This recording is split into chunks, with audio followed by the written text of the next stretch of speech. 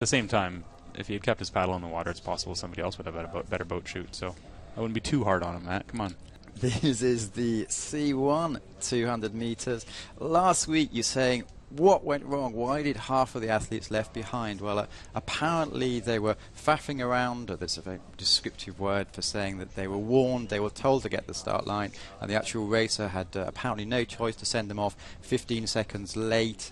And unfortunately, there was 3 or 4 who actually left on the start line. So that's the actual that's the reason that a few of them were left. It wasn't a mistake. It was just the boys that need to get their act together. And hopefully, it's not going to happen today.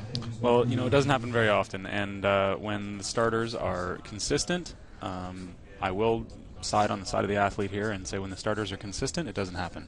And we need them to be, you know, very, very consistent and in their calls. And when it's 1 minute to start, it should be 60 seconds to start. I wasn't there, so I don't know exactly what happened, but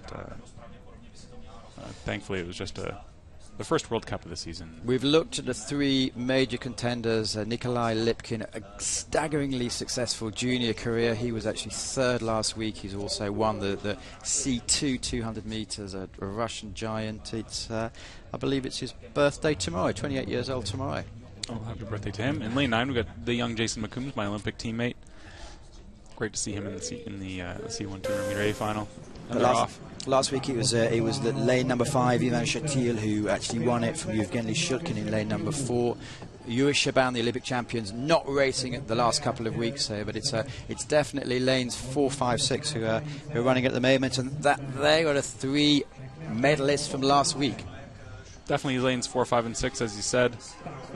There's almost no doubt that these top 3 guys that got off to the start.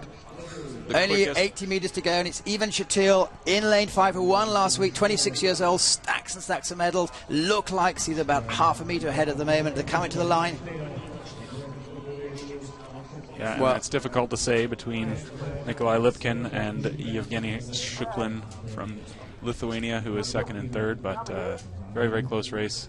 As we were talking about the boat shoot in the K1, the boat shoot is even more important in the C1. These guys can sit back and send their boat flying. And it's the 2nd week in a row, the first time we've actually had consistent results. So we've had the same winner and the same podium as last week, and they're charming. They didn't speak any English, but they don't speak any Russian. But through the interpreter, they have good chats and good interviews, and they're all great people. Yeah, fantastic. It's not surprising to hear that paddlers are good people. You know, a little bit of surprise in your voice there. Why is that?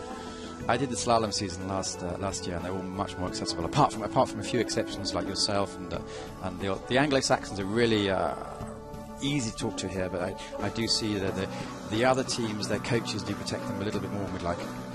Okay, that's interesting to know.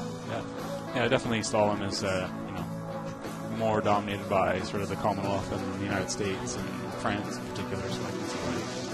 But each paddler, all the paddlers are great. Just some of the coaches tend to block them, but that's their prerogative. The official results is Ivan Shatil, 26 years old, from Russia in 1st, Yevgeny Shulkin from Lithuania in 2nd, and the birthday boy